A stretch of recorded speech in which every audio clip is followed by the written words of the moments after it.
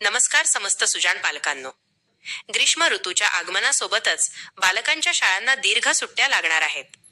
या काळात बालकांचा कल भ्रमणध्वनी मोबाईल आणि दूरचित्रवाणीच्या टीव्ही अतिवापराकडे वाढतो. परंतु ही सुट्टी आपण त्यांच्या शारीरिक आणि मानसिक संवर्धनासाठी एक सुसंधी म्हणून वापरू शकतो का? नक्कीच. संजीवनी आयुर्वेदिक चिकित्सालयातर्फे आज आपण जाणून घेणार आहोत की केवळ काही ऋतुमानुकूल सवयी आणि आचार-विचार बालकांच्या जीवनात सकारात्मक परिवर्तन कसे घडवून आणू शकतात.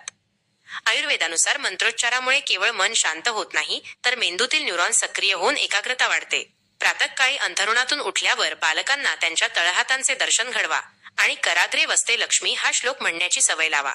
हे त्यांना कृतज्ञतेचा भाव शिकवते आणि हस्त-मेंदू समन्वय हँड ब्रेन कोऑर्डिनेशन सुधारते. बालकांची बुद्धी तल्लख करण्यासाठी आणि स्मरणशक्ती वाढवण्यासाठी गायत्री मंत्र हा अमोघ उपाय आहे. दररोज सकाळी त्यांच्याकडून किमान 5 वेळा या मंत्राचा जप करून घ्यावा.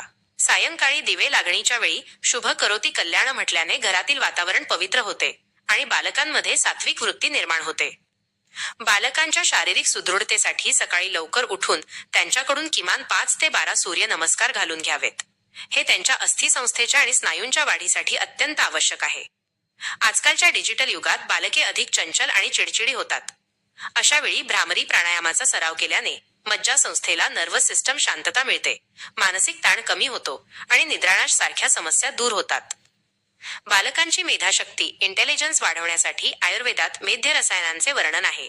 तज्ज्ञांच्या सल्ल्याने ब्राह्मी, शंखपुष्पी किंवा सारस्वतारिष्ट यांसारखी औषधे तुम्ही सुरू करू शकता. ग्रीष्म ऋतूमध्ये अंगातील उष्णता कमी करण्यासाठी आणि पित्तशमन करण्यासाठी बालकांना कृत्रिम शीतपेयांऐवजी कोल्ड ड्रिंक्स, नैसर्गिक व शीतवीर्य असलेली पेये द्या. यामध्ये उशीर, वाळा सरबत, कोकम सरबत किंवा ताजे ताक अत्यंत गुणकारी आहे.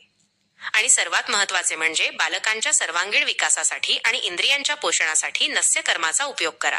परंतु लक्षात ठेवा, नस्य म्हणजे केवळ नाकात तेल किंवा तूप टाकणे नव्हे. हे एक विशिष्ट आयुर्वेदिक पंचकर्म आहे.